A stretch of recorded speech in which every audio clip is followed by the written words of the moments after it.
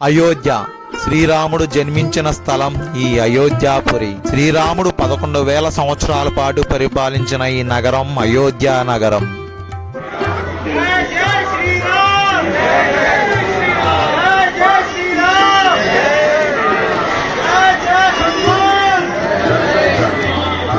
శ్రీ మహావిష్ణువు శ్రీరాముడిగా అవతరించిన ప్రదేశం ఈ అయోధ్య నగరం.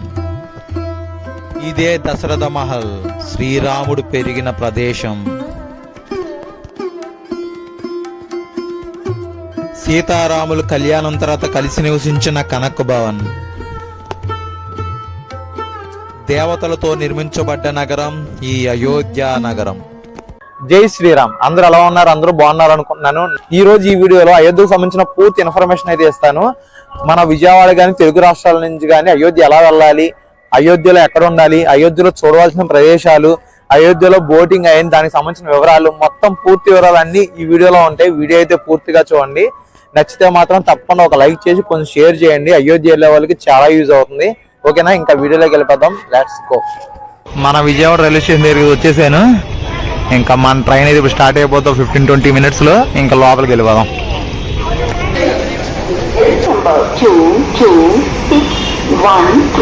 Rameswaram, Ayodhya Cantonment Superfast Express is arrived on platform number 10.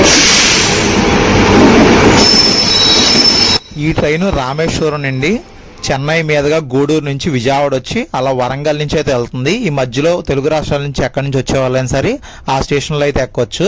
ఇంకెక్కడి నుంచి మనం అయోధ్య అయితే బయలుదేరిపోతున్నాం. ఇటార్సీ రైల్వే స్టేషన్కి వచ్చేసాం. Madhya Pradesh Itarsi railway station. ఇదంతా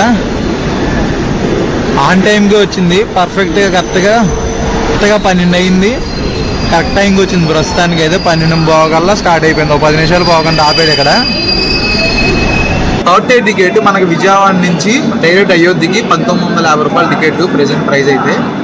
అది ఆల్మోస్ట్ మనం 1,700 kilometers అయితే జర్నీ చేస్తున్నాము. మనం నిన్న సోమవారం 8:20కి ట్రైన్లో స్టార్ట్ అయితే రేపు అంటే ఈరోజు మంగళవారం, రేపు బుధవారం తెల్లవారుజాము 4 కల్లా అయోధ్యలో రీచ్ అవుతాం. Almost 30 hours journey. ఇటువైపు వెళ్ళేటప్పుడు ఖచ్చితంగా థర్డ్ టైర్ అయితే ప్రిఫర్ చేయండి. స్లీపర్ అయితే కష్టమే. అసలు నార్త్ సైడ్ వెళ్ళే ట్రైన్లు అంటే చెప్పవసలేదు, ఊరుతూనే ఉంటారు, చండాలంగా ఉంటాయి. కొంచెం ఫ్యామిలీస్తో వెళ్తే కనుక తప్పకుండా థర్డ్ టైర్ చేయండి మ్యాక్సిమం. ఇంకేదైనా డౌట్స్ ఉంటే కామెంట్ చేయండి, తప్పకుండా రిప్లై చేస్తాను. మార్నింగ్ 5:30 అయింది.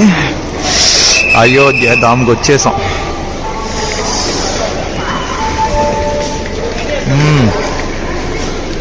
Ayodhya Dham railway station outside look. Back side చూస్తున్నారు కదా, Ayodhya railway station, Ayodhya Dham railway station. అయోధ్యలో 2 రైల్వే స్టేషన్లు ఉన్నాయి. అయోధ్య ధామ్ ఒకటి, అయోధ్య కాంట్ ఒకటి. ఈ 2 మొత్తం ఒక టెంపుల్ స్టైల్లో ఉంది. చాలా బాగుంది. ఆల్మోస్ట్ విజయవాడ నుంచి 30 గంటల జర్నీ తర్వాత అయోధ్య అయితే చేరుకున్నాం. బడ్జెట్లో ఆశ్రమాలు ఎక్కడ ఉన్నాయి, రూమ్స్ ఎక్కడ ఉన్నాయి, అన్ని పూర్తి ఇన్ఫర్మేషన్ అయితే మీకు ఇస్తాను. వీడియో అయితే పూర్తిగా చూడండి. నచ్చితే ఒక లైక్ చేసి కామెంట్ చేయండి. జై శ్రీరామ్. స్టేషన్ నుండి ఇలా బయటకు వచ్చేస్తే ఇక్కడ చాలా ఆటోలు ఉన్నాయి. ఇక్కడి నుంచి వెళ్ళిపోవచ్చు. ఇది బడా భక్తమాల అని చెప్పి ఆశ్రమం. టెంపుల్కి ఎగ్జాక్ట్గా 1 kilometer దూరంలో ఉంటుంది అంతే. ఇదిగోండి, ఇది ఆశ్రమం ఎంట్రన్స్. ఇది మనకి ఇలాంటి టుక్టుక్లు ఉంటాయి. బడా భక్తమాల అంటే తీసుకొచ్చేస్తారు రైల్వే స్టేషన్ నుంచి. లేదు అంటే రైల్వే స్టేషన్ నుంచి అటు నుంచి ఇలా వస్తే 1.5 km ఉంది స్టేషన్ నుంచి. అదే టెంపుల్ దగ్గర నుంచి అయితే 1 km అలా ఉంది అంతే. ఇదిగోండి, లోపలికి వెళ్ళొచ్చు. చాలా రూమ్స్ ఉంటాయి. ఆన్లైన్ బుకింగ్ కూడా ఆప్షన్ ఉంది దీనికి. కాకపోతే check in time, checkout time అవన్నీ చూసుకోవాలి. చెక్ ఇన్ టైం అనేది మార్నింగ్ 11 తర్వాతే ఉంటుంది. దాన్ని బట్టి చూసుకొని బుక్ చేసుకోవాలి. వచ్చి ఇది ఇక్కడ రిసెప్షన్ ఉంటుంది. ఇక్కడ మీరు బుక్ చేసుకుని వచ్చి చూపిస్తే రూమ్ ఇస్తారు. డైరెక్ట్గా వచ్చి కూడా తీసుకోవచ్చు. రూమ్స్ ఖాళీగా ఉంటే రూమ్స్ ఇస్తారు. ఇద్దరికి 1,200 అలా ఛార్జ్ చేస్తున్నారు. అది 3-4 కూడా ఉండొచ్చు. దాన్ని బట్టి ఛార్జ్ అనేది పెంచుతూ ఉంటుంది. ఎక్స్ట్రా బెడ్ కావాలంటే యాడ్ చేస్తారు. అది ఇంకొకటి, రైల్వే స్టేషన్కి పక్కన ఇంకో ఆశ్రమం ఉంది. ఒకసారి అది కూడా చూపిస్తాను. అది కూడా 2 members కి 3 members కి 1,500 అలా అన్నారు. 1500 అలా ఛార్జ్ చేస్తున్నారు. పర్వాలేదు, ముగ్గురికి 1500 అంటే పెర్ హెడ్ 500. అది కూడా చూపిస్తాను ఒకసారి. అక్కడికి వెళ్ళి ఇంకా ఆన్లైన్ బుకింగ్ ఆప్షన్ ఉందేమో అది కూడా ఒకసారి చూస్తాను.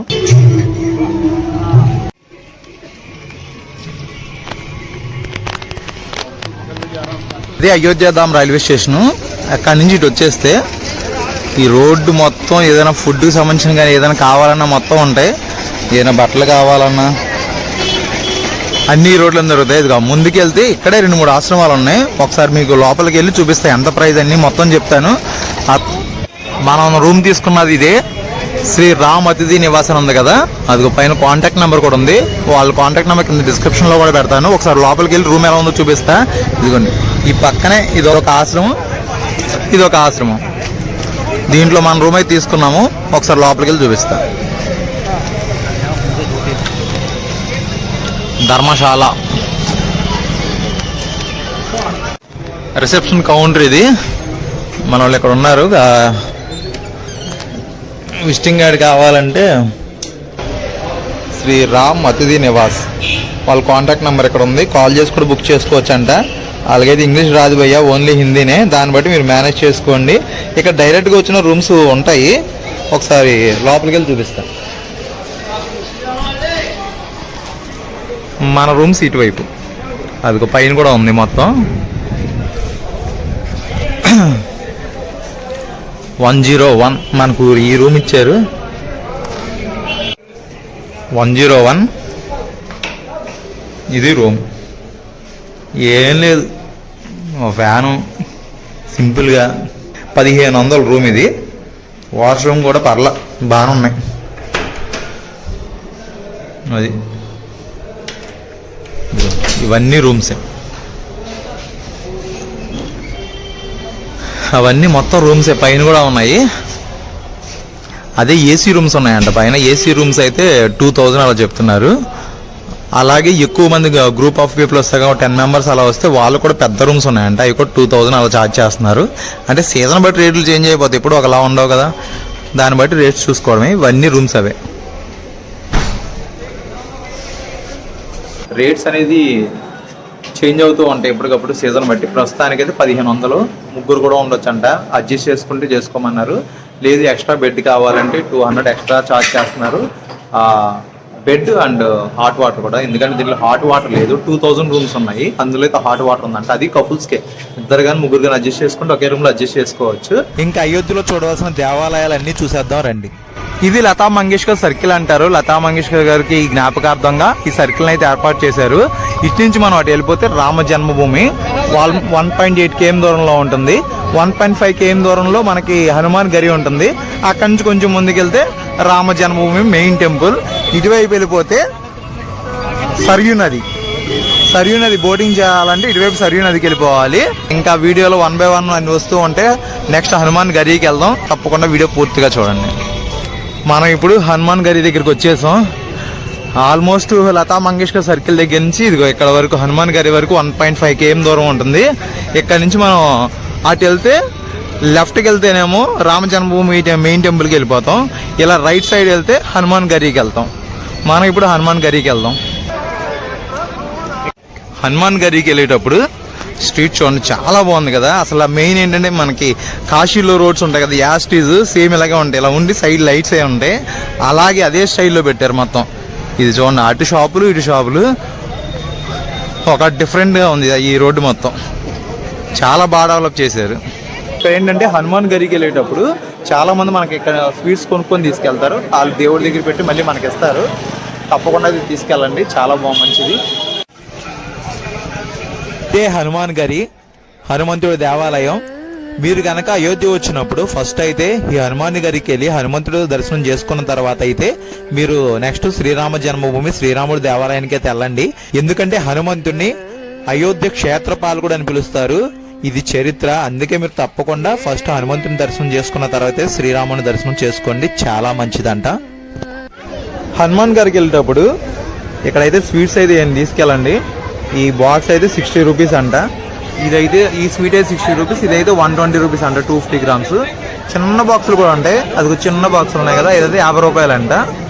అది ఏదో ఒక స్వీట్ తీసుకెళ్ళొచ్చు, తీసుకెళ్తే దేవుడి దగ్గర పెట్టేసి మళ్ళీ మనకే ఇస్తారు, తెచ్చుకోవచ్చు ప్రసాదం లాగా. అది ఇంకా మనం టెంపుల్ లోపలికి వెళ్ళిపోదాం.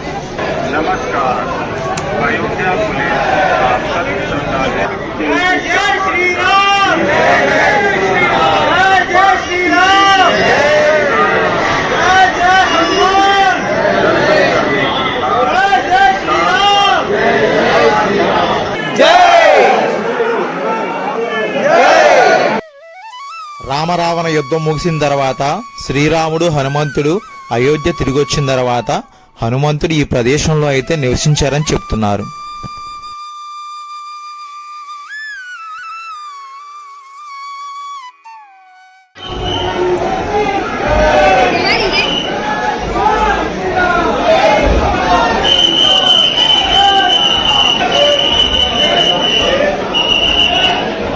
అయోధ్య వచ్చిన వాళ్ళు ఎవరైనా తప్పకుండా శ్రీరాముడి దర్శనంతో పాటు ఈ హనుమంతుడి దర్శనం కూడా చేసుకుంటారు. మీరు కూడా అయోధ్య వచ్చినప్పుడు తప్పకుండా హనుమంతుడి దర్శనం చేసుకోండి. ఇక్కడ చాలా మంది కూర్చొని హనుమాన్ చాలీసా కూడా చదువుకుంటూ ఉంటారు.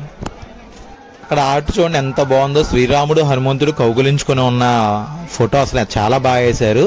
హనుమాన్ గరికి బయటకు వచ్చిన తర్వాత ఇదిగోండి ఇది మొత్తం అయోధ్యకు సంబంధించిన పెయింటింగ్స్ అన్ని వేస్తున్నారు. చాలా బాగుంది కదా.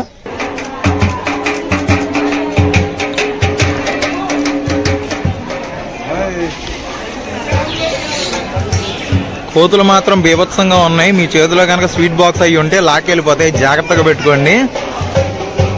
చాలా కోతులు ఉన్నాయి. హనుమాన్ గరిలో హనుమాన్ దర్శనం అయిపోయిన తర్వాత మనం ఇప్పుడు దశరథ్ మహల్కి వెళ్తున్నాము. ఇదిగోండి ఇక్కడే ఉంటుంది, ఈ దగ్గరలోనే. ఈ బ్యాక్ సైడ్ ఏమో హనుమాన్ గరి, అది జస్ట్ ఈ వేలోనే ఉంటుంది దశరథ్ మహల్ కూడా. అక్కడికి వెళ్ళిపోయి అది కూడా చూసేద్దాం. ఇప్పుడైతే మనం దశరథ్ మహల్కి అయితే వచ్చాం. అలా రైట్ సైడ్ వెళ్తే కనక భవన్కి వెళ్తాం, తర్వాత వెళ్దాం. ఇప్పుడైతే మనం దశరథ్ మహల్ లోపలికైతే వెళ్ళిపోదాం. చూడండి ఎక్కడికక్కడ మొత్తం దేవాలయాలన్నీ పునర్నిర్మాణం అయితే చేస్తున్నారు. మొత్తం కన్స్ట్రక్షన్ వర్క్స్ అయితే జరుగుతూ ఉన్నాయి. మొత్తం ఇంకా లోపలికి వెళ్ళి మొత్తం చూద్దాం.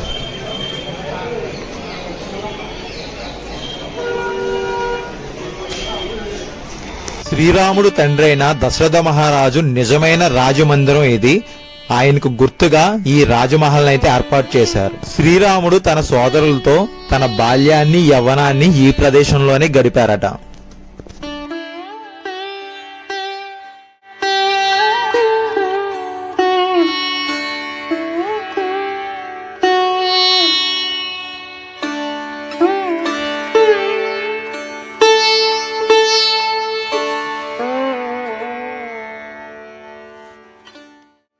ఈ దశరథ మహల్ ని దశరథ మహారాజు నిర్మించారని చెప్పి చాలా మంది అనుకుంటూ ఉంటారు. కలియుగం ప్రారంభం అయిన తర్వాత మన దేశాన్ని భరతుడు పాలించిన తర్వాత విక్రమాదిత్యుడు పాలించారు. ఆయనైతే ఈ దేవాలయాలన్నిటినైతే పునర్నిర్మాణం అయితే చేశారు.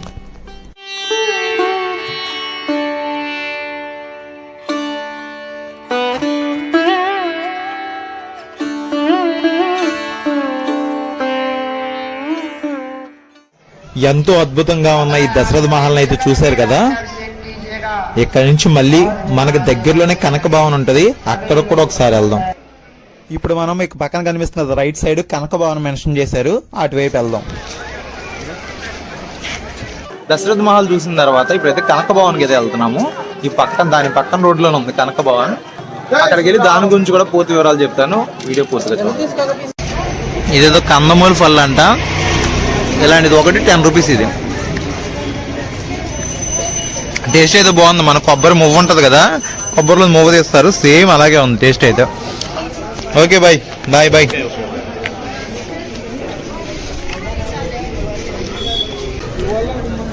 కనక భవన్ దగ్గరికి వచ్చేసాం. ఇదే కనక భవన్. చాలా తక్కువ డిస్టెన్స్ దశరథ మహల్ దగ్గర నుంచి, జస్ట్ ఒక 1/2 కిలోమీటర్ లోపే ఉంది. ఇక్కడికి వచ్చి నడుచుకుంటూ పక్క రోడ్లోనే. ఇప్పుడు మనం కనక భవన్ లోపలికి అయితే వెళ్తాం.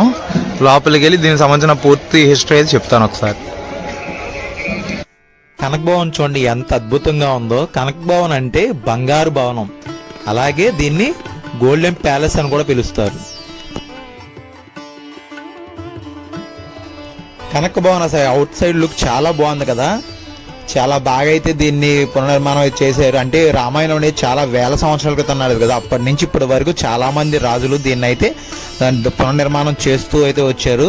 ప్రస్తుతానికి ఇలా ఉంది, ఇంకా చాలా బాగా దీన్ని అయితే నిర్మాణం చేస్తారనుకున్నాను. ఇంకా లోపలికి వెళ్ళి మొత్తం చూద్దాం ఒకసారి.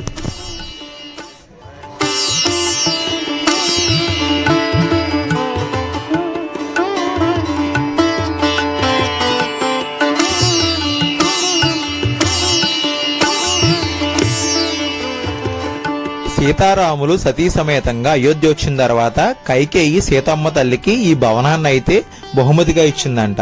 సీతారాములు ఈ భవనంలో చాలా కాలం పాటు కలిసి ఉన్నారు కాబట్టి ఇది ఎంతో ప్రత్యేకమైన భవనం అంట.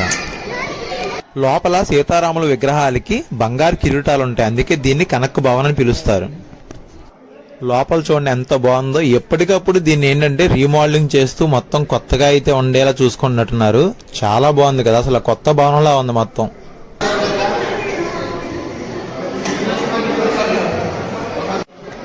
ఇక్కడ దర్శనం అయిపోయిన తర్వాత ఇక్కడికి వస్తే పాదాలు ఉంటాయి, అక్కడికి వెళ్ళి తప్పకుండా అయితే నమస్కారం చేసుకోండి. దీన్ని తొక్కకూడదంట, దీని చుట్టూ కూడా ప్రదక్షిణం చేస్తున్నారు. అక్కడ దండం పెట్టుకొని వచ్చి పాదాలకి ఇక్కడ కూడా ప్రదక్షిణ చేస్తున్నారు.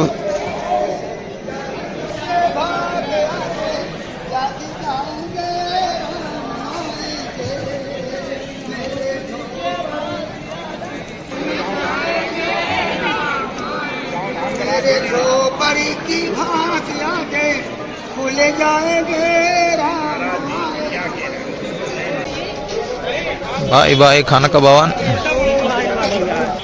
ఈవినింగ్ అవ్వగానే రోడ్లన్నీ చూడండి ఎంత లైటింగ్స్ తో మెరిసిపోతున్నాయి కదా, చాలా బాగున్నాయి రోడ్లు మొత్తం. మెయిన్ శ్రీరాముడి గుడికి వెళ్ళే దారిదే. లైటింగ్స్ చూడండి అటువైపు ఇటువైపు ఎలా ఏర్పాటు చేశారో. నైట్ లతా మంగేష్కర్ సర్కిల్ దగ్గర వ్యూ ఎలా ఉంది ఒకసారి చూడండి మొత్తం. జై శ్రీరామ్. అసలు నిజంగా ఈ రోడ్డు మొత్తం ఎంత హడావిడిగా ఉందంటే చాలా బాగుంది. చూడడానికి మాత్రం రెండు కళ్ళు సరిపోవట్లేదు. జై శ్రీరామ్ జై శ్రీరామ్ అనే నినాదాలతో చాలా బాగుంది. అది అటు నుంచి వస్తాం కదా రైల్వే స్టేషన్, అక్కడ అటు నుంచి ఇలా వచ్చేస్తే ఇదిగో టెంపుల్ ఎంట్రన్స్. అదే జస్ట్ రైల్వే స్టేషన్ నుంచి 1 km ఉంటుంది మహా, ఇది అంతే వెళ్ళిపోవచ్చు. మనం ఉన్న ధర్మశాల కూడా ఆ సందులోనే కదా, అక్కడి నుంచి ఇక్కడికి జస్ట్ ఒక 0.3, 0.4 km అంతే. ఇది రామ జన్మభూమి టెంపుల్కి వెళ్ళడానికి మెయిన్ ద్వారం ఇదే. ఇటువైపు నుంచి వెళ్ళాలి.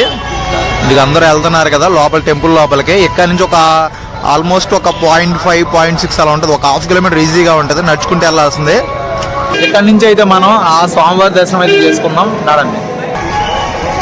ఇంకా స్వామివారి దర్శనానికి అయితే వెళ్తున్నాము లోపలికి. క్యూ లైన్ చూడండి ఎలా ఉందో. వీళ్ళందరూ దర్శనం అయిపోయి తిరిగి వచ్చేస్తున్నారు.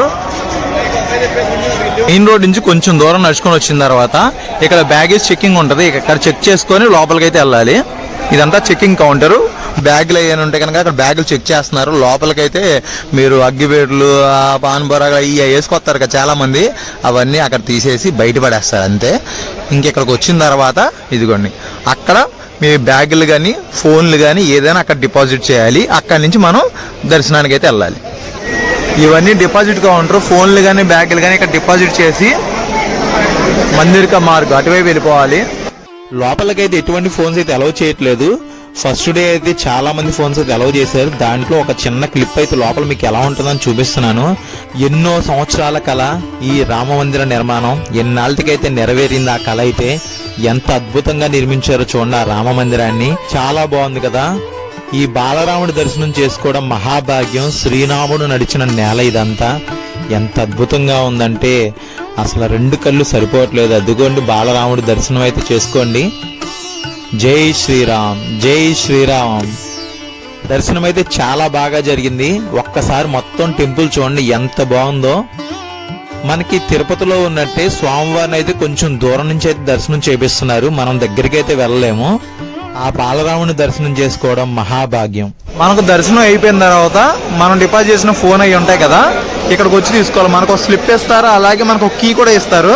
ఆ స్లిప్ అండ్ కీ వాళ్ళకి ఇచ్చేస్తే మనం లాకర్లో పెట్టిన మన ఫోన్ అవన్నీ మనకి తిరిగి ఇచ్చేస్తారు. ఇదిగోండి ఇలా స్లిప్ కీ మనకి ఇచ్చేస్తారు. మనం తిరిగి ఇక్కడ ఇచ్చేయాలి వాళ్ళకి. దర్శనం అయితే బాగా జరిగింది, అయిపోయింది. 1 hourలో కంప్లీట్ అయిపోయింది దర్శనం అయితే. ఇంకా బయటకు వచ్చేసాం. జై శ్రీరామ్. దర్శనం అయితే బాగా జరిగిందబ్బా. టెంపుల్ లోపలికైతే నడవలేని వాళ్ళ కోసం అయితే ఇలా ఏర్పాటు చేశారు. అలా తోసుకొని అయితే తీసుకెళ్తున్నారు వాళ్ళని టెంపుల్ లోపలికి. చాలా బాగుంది. స్వామివారి దర్శనం ఒక 1 hour లో అయితే జరిగిపోయింది. దర్శనం అంతా చాలా బాగుంది. మీరు అబ్జర్వ్ చేసి ఉంటారు, ఎప్పుడు సీతారాముల వారు కలిసే ఉంటారు కదా, ఓన్లీ ఇప్పుడు రాముల వారి విగ్రహం ఒకటే ఏర్పాటు చేశారు కదా అనుకుంటారు కదా.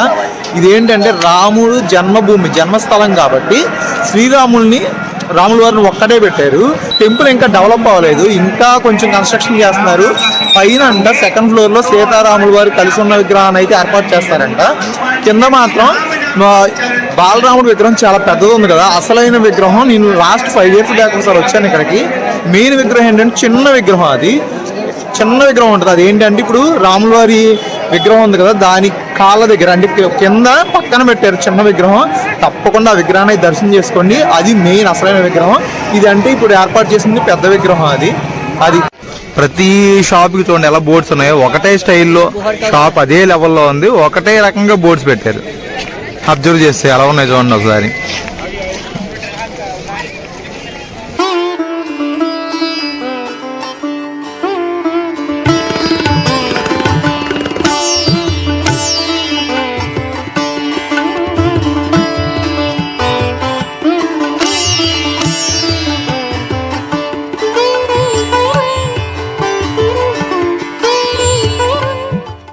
ఇక్కడ ఐ లవ్ అయోధ్య అని చెప్పి ఒక బోర్డు ఉంది, చక్కగా ఫోటో దిగండి.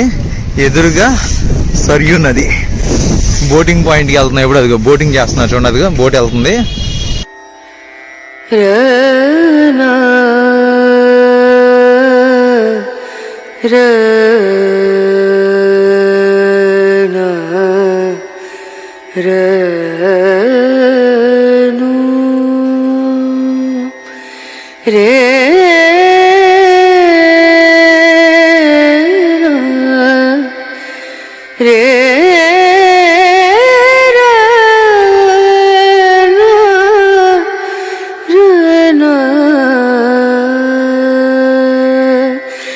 नजरिया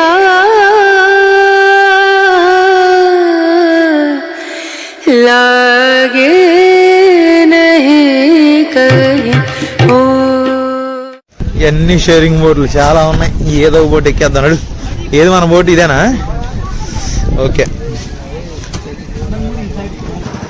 బోటింగ్ అయితే స్టార్ట్ అయింది. ఇక్కడ నుంచి ఒక 15-20 minutes రైడ్ ఉంటుందంట. మొత్తం అవన్నీ చూపించుకొని వచ్చి మళ్ళీ ఇదే ప్లేస్లో మనల్ని డ్రాప్ చేసేస్తారు. పెర్ హెడ్ 100 rupees తీసుకున్నారు. జై శ్రీరామ్.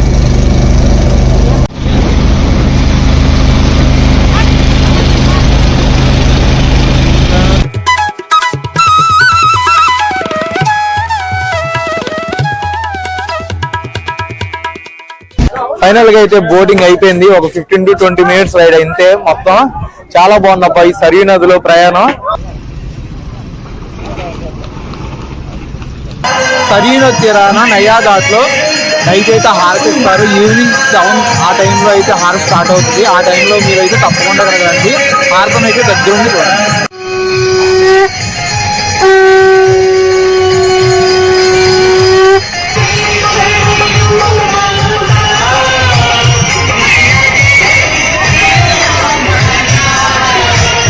హారతి అయిపోయింది. ఇప్పుడు మనం నెక్స్ట్ లేజర్ షో జరుగుతుందంట, అక్కడికి వెళ్దాం. ఈ లేజర్ షో జరిగే ప్రదేశాన్ని రామ్కీ పైడి అంటారు. దీని మొత్తాన్ని రామ్కీ పైడి అని పిలుస్తారు.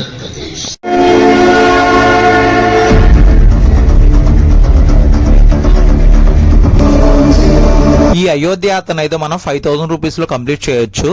స్లీపర్ టికెట్స్ అయితే అప్ అండ్ డౌన్ 1500 అవుతాయి. అలాగే అయోధ్యలో 2 nights కి ధర్మశాల 1500. అదే ఇద్దరు వెళ్తే కనుక పెర్ హెడ్ 750 కాబట్టి 2 nights కి 1500. అలాగే మీకు అక్కడ లోకల్లో తిరగడానికి అయితే చాలా తక్కువ బడ్జెట్ లోనే అయిపోతుంది. దగ్గరే ఉంటాయి టెంపుల్స్ అన్ని. ఇంకా మీరు రిటర్న్ రావడానికి అయితే మన్కాపూర్ నుంచి అయితే ట్రైన్స్ అయితే మనకి తెలుగు రాష్ట్రాలకు అవైలబిలిటీ ఉంటాయి. కాకపోతే అక్కడికి వెళ్ళడానికి అయితే ఫ్రీక్వెంట్ గా బస్సులు ఏమి ఉండవు, క్యాబ్ లోనే వెళ్ళాలి. క్యాబ్ వాళ్ళే 1000 రూపీస్ ఛార్జ్ చేస్తున్నారు. ఇంకో చాయిస్ ఏంటంటే అయోధ్య నుంచి లక్నో వెళ్ళి లక్నో నుంచి మన తెలుగు రాష్ట్రాలకు రావచ్చు. ఎక్కువ బస్సెస్ ఉంటాయి, అలాగే అక్కడ ట్రైన్స్ కూడా ఎక్కువే ఉంటాయి. లేదు అంటే మీరు కాశీ వెళ్ళి కాశీలో చూసుకొని కాశీ నుంచి కూడా మన తెలుగు రాష్ట్రాలకు రావచ్చు. ఆ చాయిస్ అయితే ఉంది. దాన్ని బట్టి మీరు రిటర్న్ అయితే ప్లాన్ చేసుకోండి.